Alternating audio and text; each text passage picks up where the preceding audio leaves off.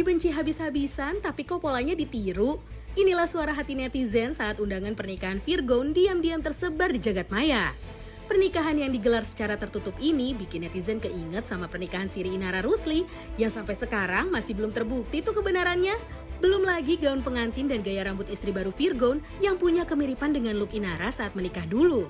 Dan yang bikin netizen dejavu lagi yaitu kabar Mawai yang kemarin baru aja beli mobil usai cerita rumah tangganya bikin heboh se-Indonesia. Apa benar pola ceritanya sama kayak Inara pasca bercerai dulu? Kalau menurut pemirsa setia Spill the Tea, ini karena kebetulan atau karena Inara adalah bayangan yang sulit dilepaskan? Langsung aja kita bahas di Spill the Tea. Nah, gue tuh suka lucu banget, gemes banget ya sama orang-orang yang ngakunya benci tapi masih ngepo-ngepoin. Coba kalian dari kalian bertiga, kalau kalian gak suka sama orang masih gak ngepoin sosial medianya. Gue Instagram, masih. TikToknya. Masih. Iya. Kayak kan? Masih ya, masih. Ya masih walaupun sebel, bete, tapi tetap aja dikepoin gitu kan. Kita pengen tahu gitu. Iya. Dia Apa ngapain pengen sih? taunya apa nih? Kapan dia jatuh? Jahat bener ya. Coy. Kita cheers dulu, kita belum cheers loh. Iya, selamat datang di Spill Spill the the Tea. Mohon maaf pemirsa setia Spill the Tea, ini akan kita pajang kepada teman-teman. Ini adalah Karena- inspirasi makanan untuk berbuka puasa. Ya. Ya. Kita angkat gelas juga nggak kita minum. nggak diminum. Ya. Cuma buat selebrasinya aja. Kita guys, kalian tahu kan kalau Virgon itu udah nikah lagi ya ampun. Selamat ya Gon. Virgon, kok hampersnya nggak nyampe? Aku mau unboxing. Kok nggak diundang sih kamu? Undang. Aku kan biasanya sama mamanya. Oh, tapi kamu jangan sakit hati karena pernikahan Virgon apa Virgon? sih? Virgon. Virgon ya. Iya. Virgon yang ini tuh memang kayaknya tertutup deh ya. Dia memang nggak ngundang banyak orang dan itu kan kenapa jadi rame. Dibilang siapa istri yang baru Ren? Ana Ana. Wintour. Salah ngaco. Siapa Tin? Siapa? Lindi. Jauh kali, Anak Lindi. Yang ini Ana tuh Roy Martin, San. Iya, Ana iya, Maria. iya, Ana Maria. Iya. Lindi itu katanya niru-niru gaya Inara karena bajunya katanya sama, rambutnya sama, pestanya tertutupnya juga sama. Kan Inara juga sempat begitu kan? Iya. Pesta pernikahannya tertutup. Cuma Bentar, bedanya kalau pernikahannya tertutup, perceraian terbuka ya. Bertanya. Betul. Bertanya. Sama aku juga mau bilang ini kalau Inara tapi bedanya kan pernikahannya tertutup tapi kena prank ya. Ternyata enggak, bukan suami Laja. Oh iya. Gitu. Apa nikah siri? Siri. Nikah Siri. Tadi Iya. bener nikah Siri. Nanya lo, ini nanya lo. Bagus pertanyaannya. Kamu sangat mewakili pertanyaan satu orang Indonesia. Sampai sekarang belum terbukti loh itu. Betul. Belum terbukti. Nah, ini kita spill dulu ada storynya Virgon yang marah-marah tuh. Katanya siapapun yang bocorin ke media, Iya. gue doain panjang umur yang panjang. Jadi ntar pas kiamat orang-orang pada dia hidup aja terus sambil celinguk-celinguk sendirian. Jadi kalau dari story-nya Virgon tadi dia tuh sebel karena dicurigai yang ngebocorin berita itu adalah salah Orang satu. yang diundang. Oh. Karena menurut keluarganya dari Virgon itu benar-benar tertutup dan tidak direncanakan untuk dipublish. Dia nggak mau kan Mami siapa Mami Pel. Mami Eva. Siapa mamanya? Ya, Mama Nurul. Opung. Nurul. Iya, Mama Opung Nurul. bilang sebenarnya nggak punya rencana untuk disebarkan kemana-mana. Mereka maunya private banget gitu. Kalau gue jadi Virgon sih mungkin gue juga kalau gue kawin lagi gue akan private aja. Apalagi mengingat sekarang pemberitaan mengenai mantan istrinya yang lagi Lagi rame cantik, gitu. iya. Iya kan?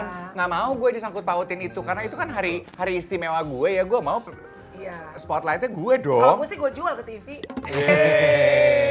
Apa judulnya apa? Janji manis. Iya. Apa? Nikah suci. Enggak, setelah badai pas ada pelangi. Ya kan? Tapi ngomongin pernikahannya Virgon, orang tuh bertanya-tanya loh, kayaknya nikahnya tuh buru-buru banget, kayaknya ada udang di balik batu. Dan ada yang nge-spill juga mantan pacarnya Virgon yang bilang katanya, bisa jadi istrinya yang sekarang ini udah di DP duluan. Beli tanah kali ya. Coba kita spill. Nah itu barusan alasannya kenapa si Opung bilang. Soalnya anak-anak udah semakin besar, udah paham. Jadi udah biarkan aja acara ini private, maunya cuma keluarga doang. Karena anak-anaknya yang sudah dititipkan, sudah ada di Inara Rusli sekarang, tadinya kan di Virgon. Itu datang. Datang semuanya, tiga-tiganya datang, tapi dijemput lagi sama Inara jam 8 malam. Katanya That's gitu. nice. Tapi ada yang bilang kemarin tuh kalau nggak salah, netizen kan maha bener tuh. Mereka research banget kan. Gila ya, emang gak kaleng-kaleng seleranya Virgon ya. Jadi kalau nggak salah tuh ada mantan pacarnya Virgon ya, yang juga nge-spill, cantik juga, rambutnya berwarna juga, sama Inara, Oh, dia suka sama berwarna. si Lindi. Jadi emang ternyata dia tuh ada benang merahnya, sukanya tuh kayak mungil-mungil, yang rambutnya berwarna cantik-cantik. Makanya rambut gue itemin. Takut banget Virgon naksir gue. Bang Virgon, aku udah milik Tyson loh. Nah, jadi ternyata netizen tuh kan pinter banget ya. Dia tuh bener-bener mengulik.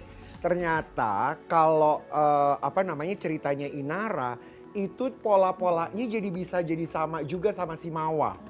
Ah, ya kan? Nah, si Mawa ini yang menjadi viral tuh kan karena perceraiannya. Mawa itu juga punya mobil baru seperti Inara dulu. Ini kan repot ya. Jadi coba kita lihat seperti apa netizen. Pintar sekali Anda. Tapi kalau gue pribadi, gue melihat kan Mawa juga pernah ada di Spill the Tea ya. Kita juga ngobrol. Ini maksudnya ya kita netral-netral aja. Tapi kalau gue melihat kebahagiaan Mawa, I think she deserve to be happy.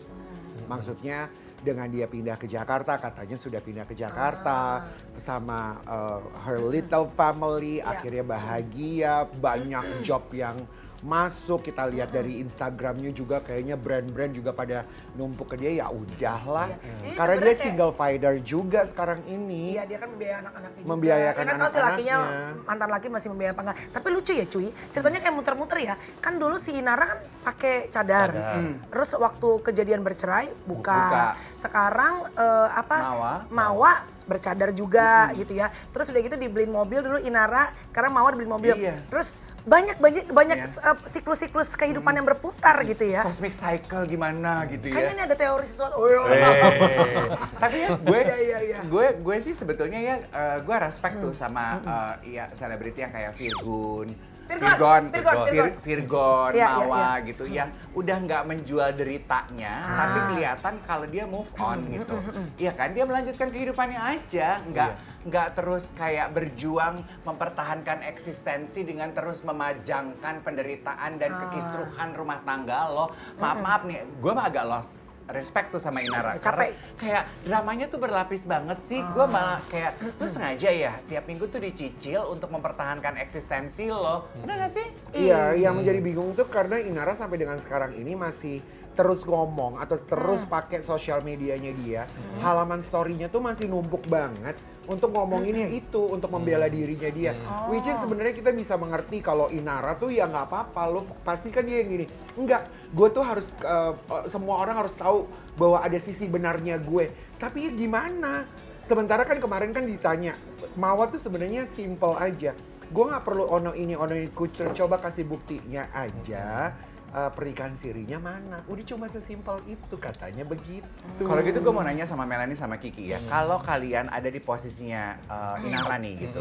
Kan sebagai sesama selebriti. Punya masalah, berbuat salah atau terpojokkan. Satu dunia nyerang lo. Apa yang akan lo lakukan? Kalau aku pribadi sih bakal ngumpet sih. Maksud dalam artian mungkin bisa jadi tuh aku sih bakal nge-hide, mungkin bakal nonaktifin sosmed sih. Karena kan dihujat semua orang itu benar-benar nggak enak banget. Iya. Tapi justru Inara ini kebalikannya kan. Dia tuh mentalnya kuat banget sih gitu. Kuat banget. Mental kuat sama.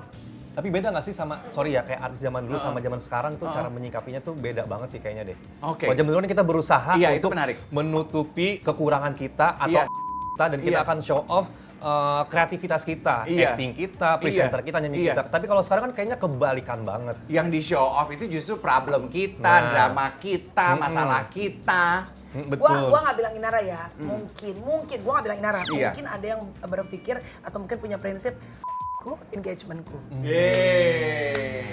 Gua nggak bilang dia, tapi mungkin ada, kan orang beda-beda. Iya, kan? Kepala sama hitam. Betul. Isinya nggak tahu. Iya, dukaku, sukaku. Lu juga juga ada yang heboh banget dari Kiki Farel. Ini jadi sorotannya netizen juga ya.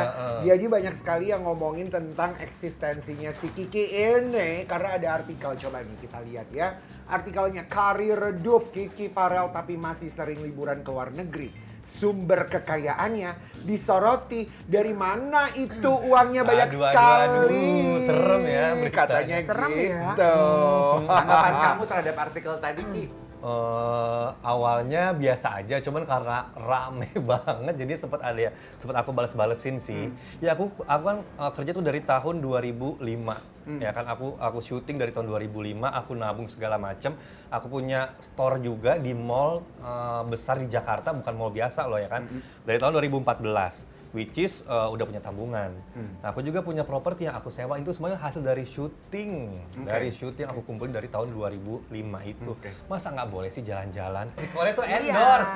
Oh, yang disebut jalan-jalan itu adalah untuk urusan itu, endorsement. Tapi menanggapi pernyataan sebelumnya yang bilang karir Kiki meredup gitu. Itu kan kayaknya cukup hurtful banget ya. Kayaknya enggak deh. Tanggapan kamu apa terhadap itu? Biasa aja karena nggak ngerasa. Biasa aja gitu kan. Mungkin yang dimaksudnya redup adalah kayak dibandingin sama artis sekarang kali ya yang dar-der-dor banget di Instagram, di sosmed gitu kan. Sementara aku kan ya FTV masih ada gitu kan, terus syuting-syuting masih ada gitu. Memang nggak se-eksis yang kayak artis zaman sekarang nih yang segala macam kehidupannya itu diposting semuanya di sosmed. Kan aku mah enggak, aku tuh aktivitas ya kerjaan aja gitu. Beli mobil diposting ya kan, beli ini diposting. Maksudnya nyinggung Melanie nih. Iya. Maksudnya nyinggung Aku Melanie harus nih. posting, soalnya setengahnya Endorse ya. Nah, barter, Wak. tapi mengenai berita itu juga nih, nyambung dengan beritanya Kiki ya. Tadi kan kita nanyanya, aduh Kiki kok karirnya udah meredup bisa jalan-jalan ke luar negeri. Kalau ada yang bilang gini ke Melanie, Mel, kenapa sekarang jadi afiliator? Emang udah redup karirnya sebagai presenter? Apa komentar kamu? Bebas-bebas aja, aku gak peduli. Masa komentar netizen itu tidak membayar uang sekolah anak gue. Mau dibilang redup, mau dibilang gak laku, terserah. Itu gak pernah ada yang bilang gue loh, Wak. Padahal agak... Kayak gak pantas banget gue jadi gitu loh. Oh, lu pengennya disebut sebagai Ya, maksudnya kalau sebagai public figure, lu namanya diisukan ini diisukan ini. Gue gak pernah loh, Wak. Kayak gue tersinggung deh, Tadi sempet nanya nggak, kenapa sih kok gue nggak pernah gitu? Apa salah gue? apa aku kurang cantik gitu Iya, ya? gitu kan. Tapi anyway, itu kan hak orang, terserah aja, bebas-bebas aja. Cuma kalau buat gue memang artis tuh harus punya backup plan. Karena setiap masa ada orangnya, setiap orang ada masanya. Mulu kata lu Raffi Ahmad juga semua akan ada masanya gitu. Saat lu udah capek mentok di plafon ya nggak ada pilihan lain selain turun ke basement. Pengen tahu pendapat Kiki sama Melanie mengenai hal itu. Apakah kemarin diskusinya karena memang jenis pekerjaan di panggung hiburan zaman sekarang tuh udah beda dibandingin 10 tahun lalu gitu. Kalau 10 tahun lalu banyak banget yang bisa dikerjain oleh para seniman ini di media konvensional. Sekarang udah berbeda, makanya mereka rame-rame hijrah ke dunia digital. Thoughts?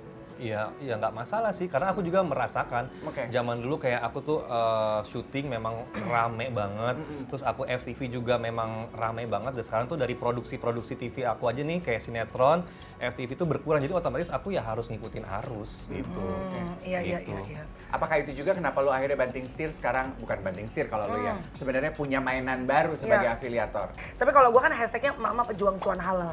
Jadi digital apapun, lagi tren apapun, sebisa mungkin gue berusaha untuk up to date. Karena kalau nggak up to date, lu kan kegiles.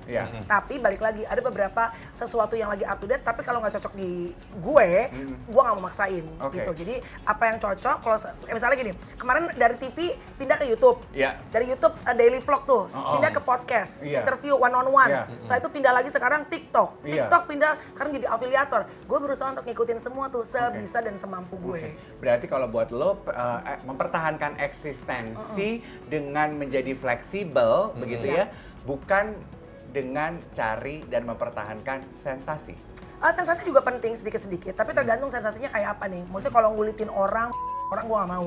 Tapi artis itu butuh seperti radio. Gue pernah interview Edwin Edwin Jody. Gue tanya sama dia, lu kan pernah di puncak popularitas. Apa yang membuat lu pada akhirnya seolah-olah tuh quote unquote terlupakan gitu. Satu, pasti masanya berubah. Kedua, menurut dia ini bagus banget.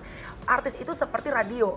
Jadi radio itu kan ada volumenya. Kalau volume lo tuh kenceng, orang bisa denger lu. Noise-nya, oh Dev di sini, oh Karen lagi ini, Karen lagi sibuk ini, Mr. Glowing apa. Itu kan noisesnya kan. Tapi pada saat si radio itu volumenya dikecil, dikecilin, dia bilang, gue tuh dikecilin, lama-lama gue hilang, orang dari samar-samar habis.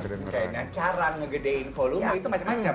Entah lo mempertajam karya lo sehingga lo selalu terdengar dan berbunyi, atau ya kalau memang agak kurang di karya ya lo cari sensasi, taktik lain. Bisa pakai sensasi, bisa masalah, berteman, pansos, quote unquote. Betul. Pansos nggak selalu jelek loh. Betul. Kita nggak lagi ngomongin teman-teman lu kok. Nah, gue yang pada teman-teman gue.